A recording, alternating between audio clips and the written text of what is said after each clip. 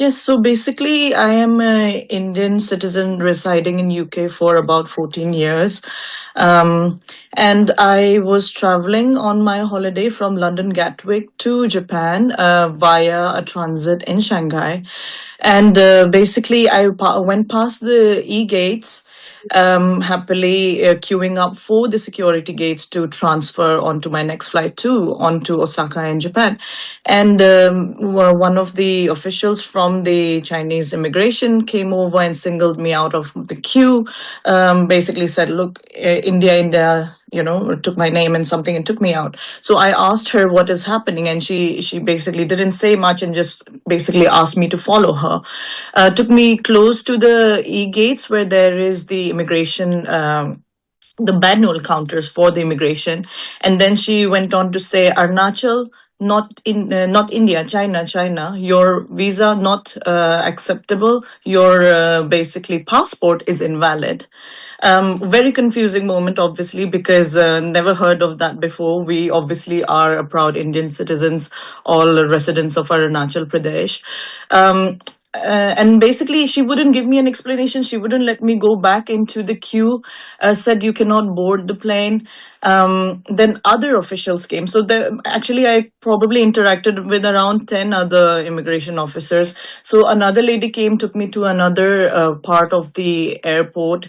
And in fact, when I tried to question them and ask them what was the issue, they said Arunachal is not part of India very clearly. And they said you should apply, and started mocking and laughing and saying things like, "You should apply for Chinese passport, you're Chinese, you're not Indian." Some mockery around there. Then basically they took me to the transfer desk of China Eastern, which is next to an immigration desk, and they would just keep basically sending me from one desk to the other. So if I ask the Chinese airline, they tell me to go to the immigration. The immigration tells me to go to them.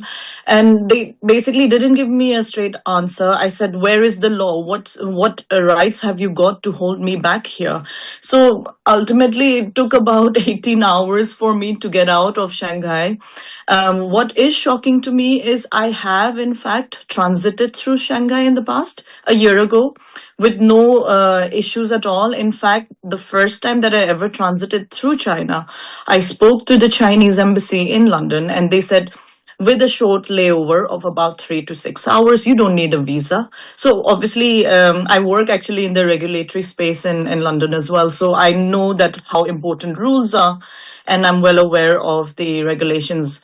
And obviously, I wanted to make sure that I knew what I was doing before I flew out. And obviously, I have transited very successfully and easily through Shanghai before, through China, having consulted the Chinese embassy in London. But at this time, I feel maybe it was the weekend. They knew that the offices are closed.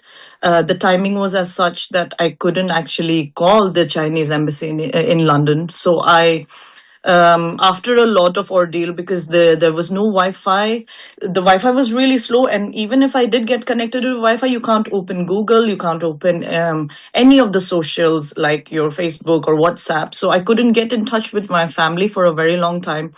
Ultimately, with a lot of harassment and basically no access to food, not allowing me to leave that part of the terminal. There wasn't a proper space given to us to basically rest after a 12-hour flight all the way from London.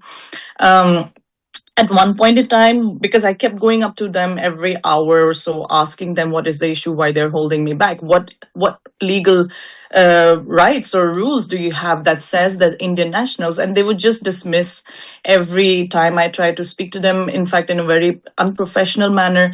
There was one point in time when I was near the counter desk trying to speak to them, and there was about 3 or 4 airline staff of China Eastern and about 2 other immigration officers, and all of them were basically speaking in their language and saying and pointing out and saying Arunachal, Arunachal, and laughing and calling it China, no India.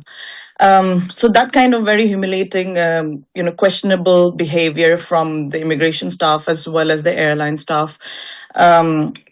Yeah, so it was quite an ordeal until finally I got hold of a friend, basically by using their landline. I basically said to them, look, I have legal rights. I need to call a lawyer or something. You have to give me ways to communicate with somebody. Nobody knows I'm stuck here. So I called up a friend in London.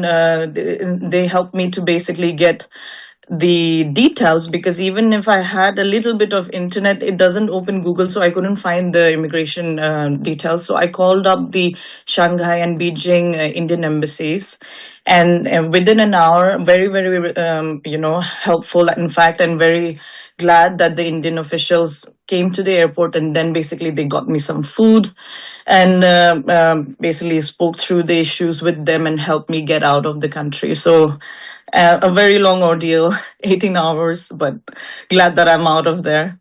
Yeah, but obviously I've missed my flights, my, all the plan that I had.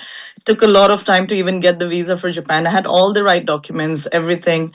I don't understand, and I can even check on the rules. It says that you don't need a transit visa if your stay is less than a couple of hours. I was only there for 3 hours, but their argument was I don't have a valid document. I mean, I have traveled to 58 countries.